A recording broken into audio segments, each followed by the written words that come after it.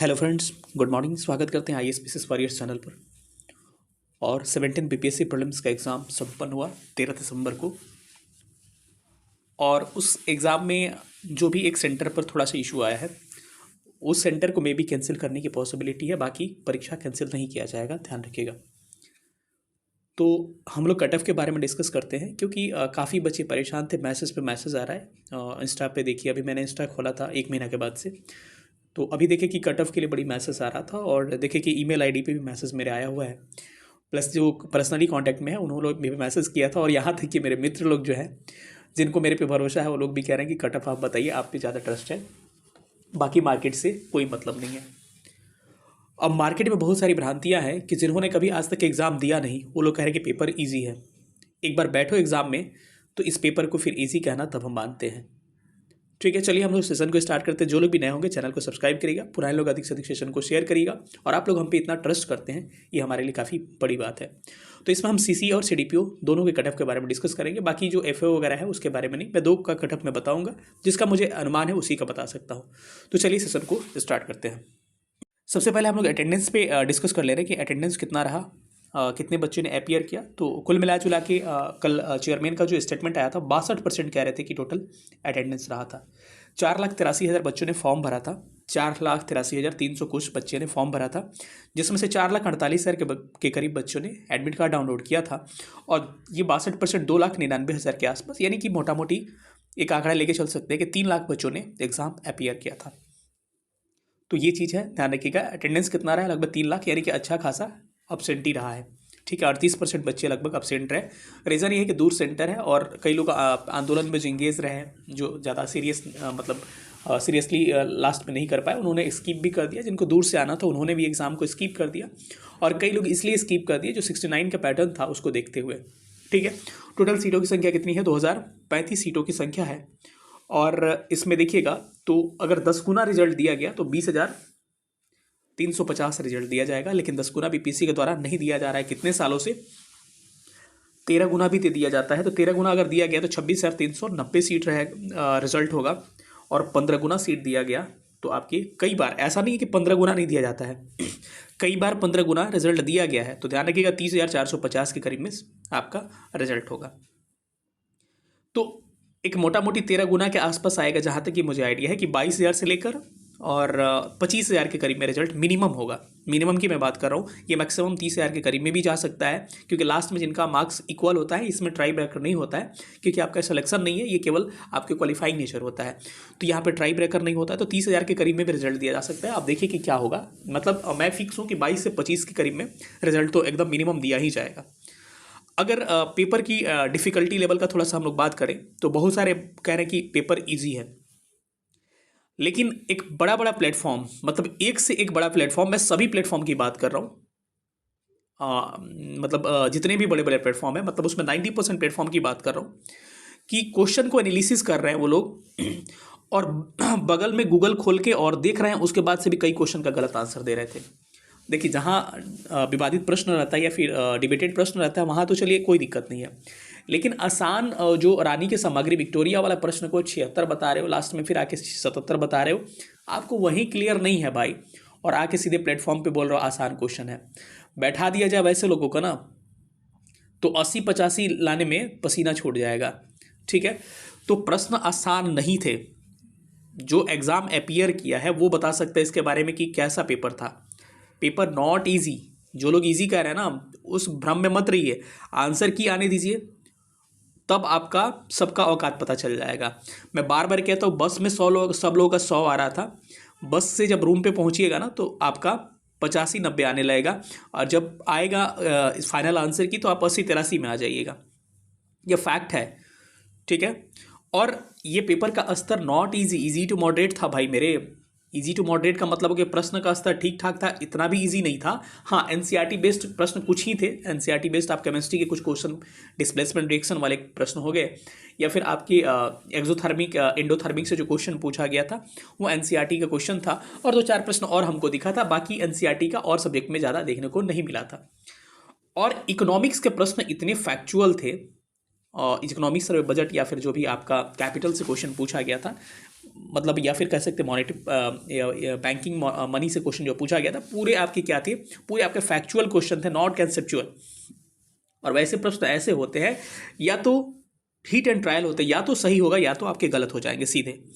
और जितने, अच्छा आप लोग कह रहे हैं ना कि स्टेटमेंट बेस्ड प्रश्न हार्ड हार्ड होते हैं, यार मेरे बताइए कि मैं आपको दावा कर रहा हूं कि 99% लोग ना स्टेटमेंट वाले सारे प्रश्न सही करके आए हैं, जो मैचिंग वाले जितने भी प्रश्न था। अगर मैं एक भी बात गलत बोल रहा हूं तो मेरे से बताइए सर आपने गलत बोला। तो जितने भी आपके मैचिंग वाले प्रश्न थे 99% बच्चों ने सही किया। गलत कहाँ किया है? फैक्चुअल प्रश्न गलत किया है। और ये जो प्रश्न आसान लग रहा है ना आपको कि दिल्ली राजधानी कब स्थानांतरित की गई, बिहार का स्थापना, अरे भाई वो मार्च अप्रैल में कन्फ्यूजन हो जाता है, 1911-12 में कन्फ्यूजन हो जाता है। एग्जाम में बैठो, जब कलर करना हो फाइनली ना, तब पता चलेगा आपको कि आप क्या सही कर रहे हो क्या गलत कर रहे हो। 5 से 8 प्रश्न तो ऐसे होते हैं, इतने आसान प्रश्न होते हैं कि आप उंगली पे काउंट करके कुछ और कर दोगे। ठीक है यार, हम लोग खुद बलंडर कई क्वेश्चन करके आए हैं। मेरा खुद रीजनिंग का फिंगर पे काउंट किया और सॉल्व किया तो फ्राइडे आ गया, एक दिन छूट गया मेरा, मेरा फ्राइडे आ गया, और बाहर निकल के देखा तो यार उसका तो सैटरडे हो जाएगा। तो वैसे प्रश्न तो कोई देखता नहीं है ना, अरे आसान है बना लेंगे, अरे भाई वहां बना के कलर करो तब ना पता चलेगा।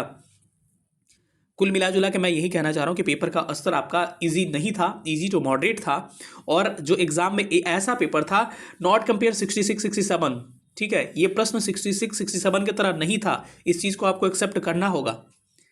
ये प्रश्न 66-67 की तरह नहीं था, ये प्रश्न बीच का प्रश्न था, न जीने वाला प्रश्न था, न मरने वाला प्रश्न था। जो बात करता हूँ एकदम फैक्ट करता हूँ, मुझे घुमा फिरा के बात करने नहीं आती है। और कटअप भी जो बताने वाला था, फैक्ट बताने वाला हूँ। शायद कई लोगों को लगे कि अरे यार नहीं इतना नहीं जाएगा, लेकिन मुझे फर्क नहीं पड़ता है, मैं जो बताऊंगा एकदम फैक्ट बताऊंगा। मेरे से बच्चे जितना मिले हैं, सेंटर पे मिले थे बहुत सारे जानने वाले बच्चे, यहाँ पे मैं आया, बस में भी आया, बहुत सारे बच्चे मेरे से मिले थे। तो कुल मिला जुला के यही है कि आपके 66-67 की तरह प्रश्न नहीं है, ये अलग तरह का प्रश्न है, ना ही 69 की तरह का प्रश्न है। ये थोड़ा सा दूसरे ग्रह टाइप का प्रश्न लग रहा है। ये ऐसा प्रश्न है कि देखने में तो आसान लग रहा है, लेकिन जब बनाने जाइएगा ना, तो आपके ऑप्शन रंगने के टाइम पे आप कंफ्यूज कर दिया यार कि अभी इसको रंगूं कि बाद में रंगूं, क्योंकि आप कंफ्यूज रहिए कि ये सही है कि ये सही है। तो इतना भी प्रश्न आसान नहीं थे। हाँ, करंट के प्रश्न आसान थे, इसमें मैं एग्री कर रहा हूँ, लेकिन बाकी सारे प्रश्न आपको आसान नहीं थे। जो मैंने वीडियो में बताया था कि बिहार स्पेशल के प्रश्न क्या होंगे, आसान पूछे जाएंगे ज़्यादा, वो चीज़ सही गया।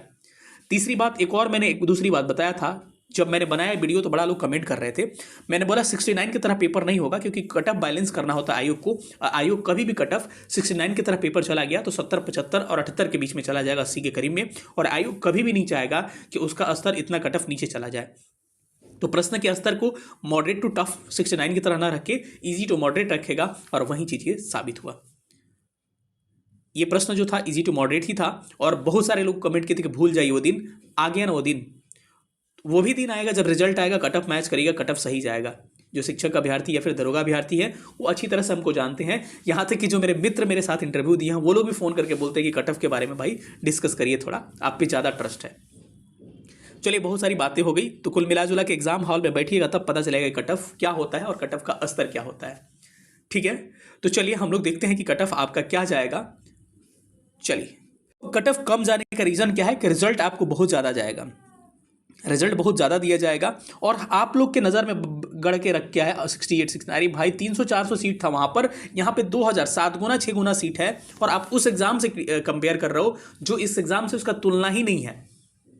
2 गुना भी समझ में आता है, 3 गुना भी समझ में आता है, 4 गुना भी, अरे भाई 5 गुना 6 गुना ज़्यादा सीट है यहाँ पर, और रिजल्ट बहुत ज़्यादा देना है। और आप लोग ऐसे कह रहे हो, अरे मैं मानता हूं कि अगर ये क्वेश्चन ऐसा पेपर आता, ये फाइनल आपका एग्जाम होता और इससे मेरिट बनता, इसका कट ऑफ 100 जाता, मैं एग्री हूँ इस चीज़ से, 95 से 100 जाता।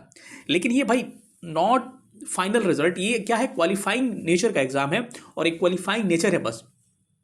और ये केवल अपीयर कराता है किसके लिए, मेंस के लिए, बच्चे मेंस के लिए उनका जनरल लेवल टेस्ट करके और मेंस के लिए अपीयर करा जाए, ये मेरिट का टेस्ट ही नहीं है, समझ के। तो चलिए अब हम आते हैं सीधे कट ऑफ पे। तो आपके सीटें ज़्यादा है, रिजल्ट ज़्यादा जाएगा, प्रश्न का स्तर भी आसान नहीं है, इजी टू मॉडरेट है, कट ऑफ आपका ज़्यादा नहीं जाएगा, मेरे पे भरोसा कर लीजिए और मैं बता रहा हूँ उस पर यकीन करिए। चलिए आते हैं, स्क्रीनशॉट ले लीजिए और आंसर की आने दीजिए, सब लोग इसी के आसपास आ जाएंगे।